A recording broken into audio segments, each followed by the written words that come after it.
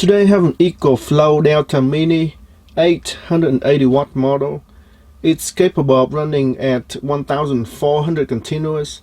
This is a very popular power station and there are many YouTube reviews on it. So I'm not going to do another review on this power station. In this video I would like to show you some very important features that many other reviewers forgot or failed to mention in their videos. These features are the ones very important to me in my decision to buy this power station, and maybe this information is useful to you too, so let's get started. The first thing I want to talk about, and this is the most important thing as a battery powered inverter, is the pure sine wave output. This is advertised as having a pure sine wave output similar to your AC outlet from the grid, and a pure sine wave inverter is extremely important if you use it for sensitive electronics like audio, video and radio devices. It's also important for home appliances such as refrigerator, freezer and microwave oven. So if you run these devices with an inverter other than a pure sine wave, you might run the risk of damaging your devices. So is this really a pure sine wave inverter? And that's what I'm going to find out next with my trusty old oscilloscope. Alright, so I've got everything ready here. The AC output is on and it's in the back of the unit. Plugged in this wire here with the suicide cord. It's also called the Widowmaker cord.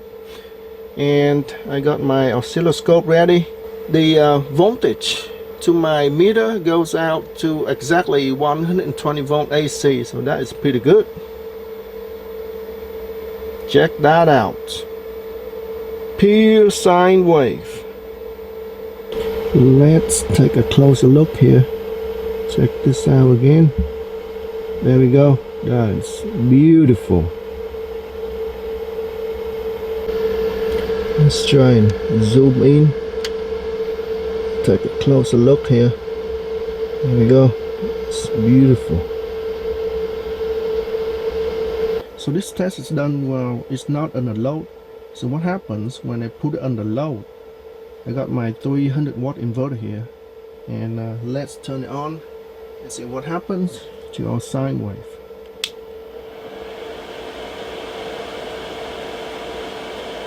Alright, we're running at 400 and wow, almost 500 watts. Almost 500 watts. And the sine wave is still a sine wave, so that is pretty good.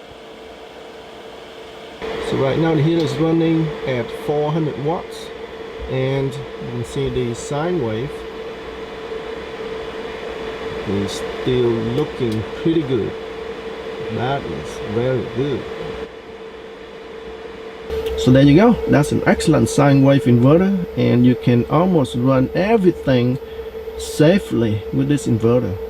The second thing I want to talk about is this solar input on the back of the unit. This can accept solar panel input up to 75 volt DC, but there's a limit on the current input as well because it can only accept up to 10 amp maximum. So if you have a solar panel that can put out more than 10 amps, this might be a problem. But fortunately, most solar panels usually put out less than 10 amps, so this is usually not a problem. There's one thing that doesn't say on here is that this, even though 10 amp max, it can only take up to 300 watts. That means that at 10 amps, your input got to be around 30 volts.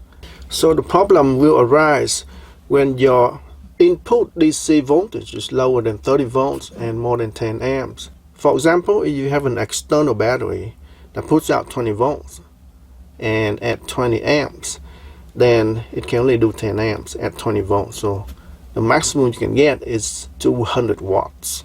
The best thing about this is that it can take up to 75 volt DC from any power source, not just solar.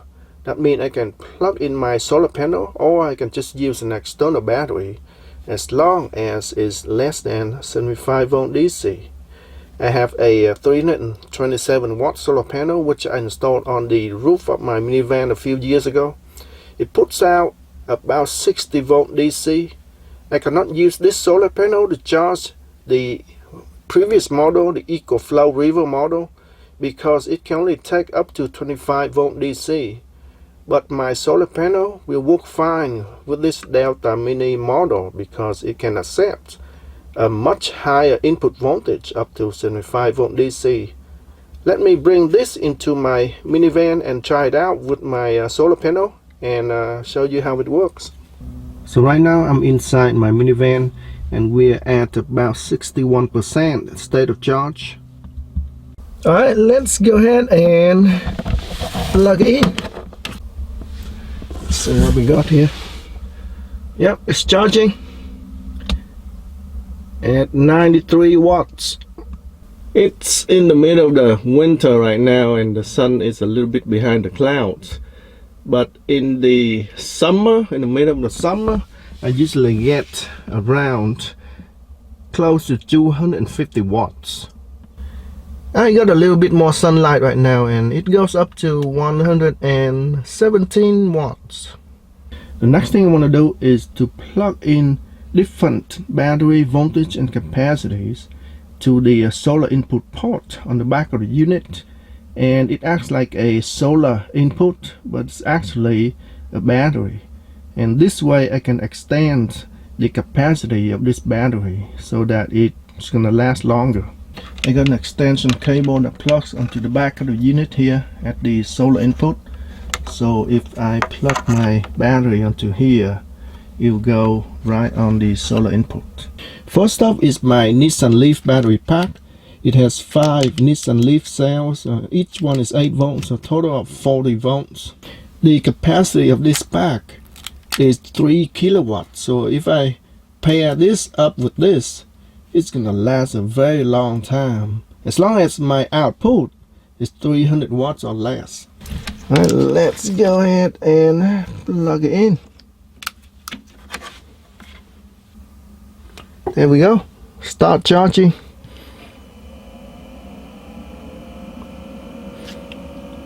For a brief moment it went up to over 300 watts, but goes down right back down to exactly 305 watts. So the controller here is very good at regulating the current and voltage inputs. Alright, so next let's try it on my Greenworks 60 volt power tool battery.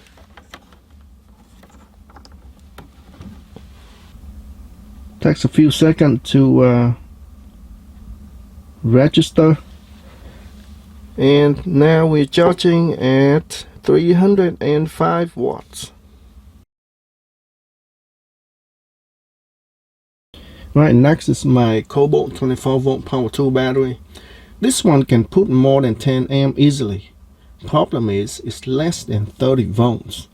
So it's gonna be interesting to see what's gonna happen if we plug this in. So let's do it right now.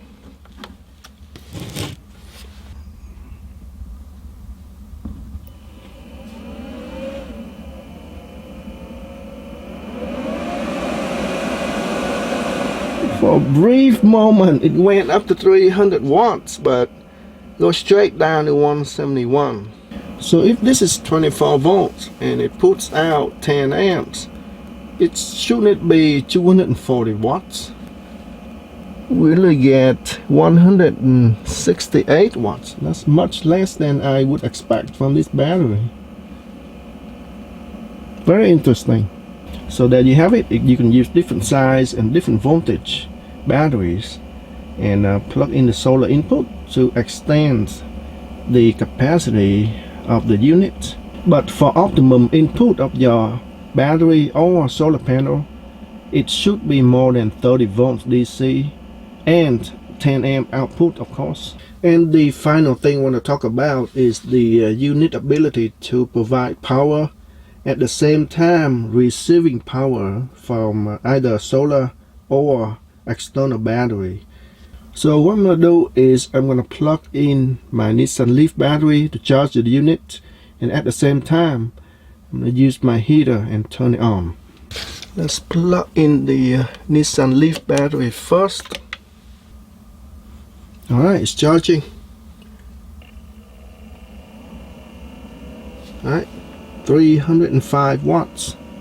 Now I'm going to go ahead and turn on my heater. You see there, the output is 475, almost 500 watts now.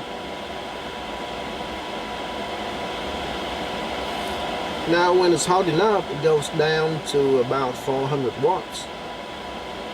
But you can see it's charging from the Nissan Leaf and at the same time providing power to my heater. That is pretty cool. Let's take a close up look here.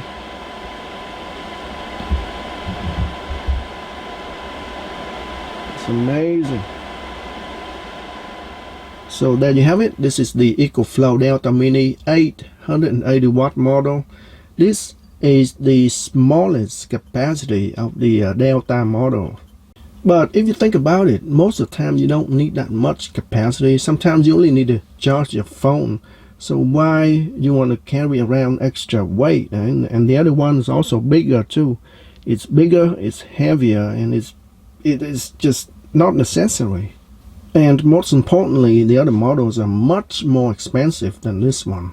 And with the ability to plug in another external battery or solar panel, I basically have unlimited supply of power to power this unit. And that's only when I need extra power. Most of the time I don't. And I have a small lightweight unit to carry around easily. And that's all I have for now, folks. This video is not a sponsored video in any way.